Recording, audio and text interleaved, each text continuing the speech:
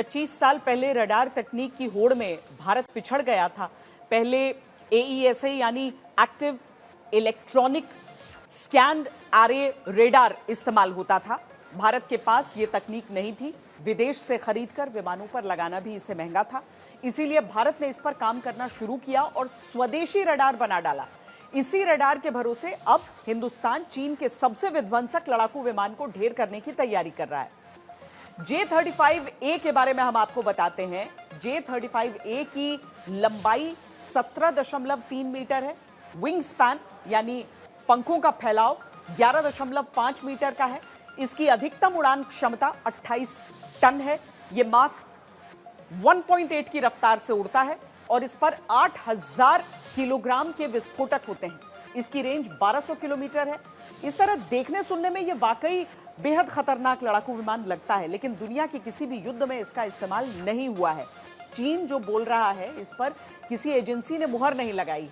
मतलब चीन के बाकी हथियारों की तरह उसका यह हथियार रहस्य से भरा हुआ है। पाकिस्तान और चीन की नजदीकियों के बीच भारत के लिए एक एंगल यह भी है कि आसिम मुनीर जितने ज्यादा हथियार खरीदेंगे, पाकिस्तान की आर्थिक स्थिति उतनी ही खराब होगी, पाकिस्तान उतना ज्यादा कर्जदार होगा, पाकिस्तान में गरीबी महंगाई उतनी ही बढ़ेगी, वो अपने पैरों पर खड़ा नहीं हो पाएगा। अब सोचिए, चीन अपने सबसे खतरनाक लड़ाकू विमान पाकिस्तान को फ्री में तो देगा नहीं, पाकिस्तान को इसकी बहुत बड़ी कीमत चुकानी होगी।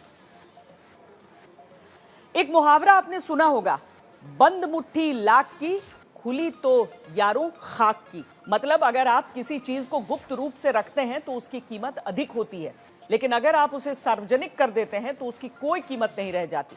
चीन के हथियारों पर यह कहावत सटीक साबित हो रही है, जिन्हें किसी युद्ध में इस्तेमाल नहीं किया गया, लेकिन ऑपरेशन सिंदूर के 4 दिनों में इनकी असलियत सारी दुनिया को पता चल गई। चीन की ऐसी ही एक मिसाइल PL-15E को लेकर बड़ी बातें होती थी, लेकिन इसे भारत ने हवा में ही मार गिराया। अब इस चीनी मिसाइल के मलबे में अमेरिका, फ्रांस और जापान जैसे देश दिलचस्पी ले रहे हैं, पर क्यों?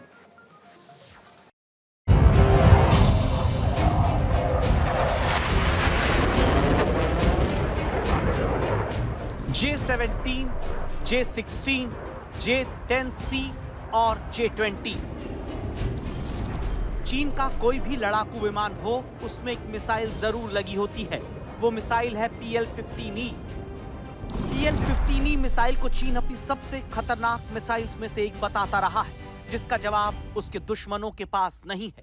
लेकिन इन तस्वीरों ने जहां पाकिस्तान के मंसूबों पर पानी फेरा, तो चीन के हथियारों को लेकर ही उसके दावों की पोल भी खोल दी। अब खबर है कि दुनिया के बड़े देश चीनी मिसाइल के मलबे में गजब की दिलचस्पी दिखा रहे हैं। अमेरिका, ब्रिटेन, ऑस्ट्रेलिया, न्यूजीलैंड और कनाडा के संगठन फाइव आइज, फ्रांस और जापान ने भारत से इन मलबों तक की पहुंच की मांग की है। पाकिस्तान की तरफ से भारत के खिलाफ इस्तेमाल हुआ चीनी मिसाइल PL-15E का मलबा पंजाब के होशियारपुर जिले के एक खेत में गिरा। मिसाइल के छोटे छोटे टुकड़े पंजाब में दूसरी जगहों से भी मिले। कोई पता नहीं होता अम्युनिशन का ना। 12 मई को भारतीय सेना ने बाकायदा इसकी जानकारी दुनिया को देते हुए कहा कि चाहे तुर्की के ड्रोन हो या फिर चीन की मिसाइल, सबको तबाह करना हिंदुस्तान जानता है।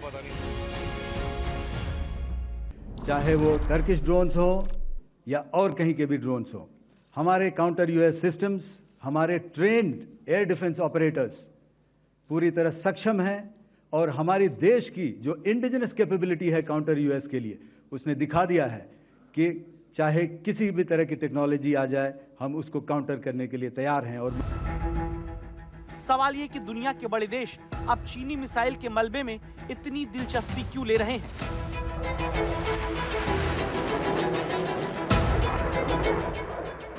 एक्सपर्ट्स की माने तो ये देश चीनी मिसाइल के मलबे की जांच करके पता लगाना चाहते हैं कि उसकी तकनीक क्या है, चीन की मिसाइल की क्षमता कितनी है और उसकी सीमा कितनी है।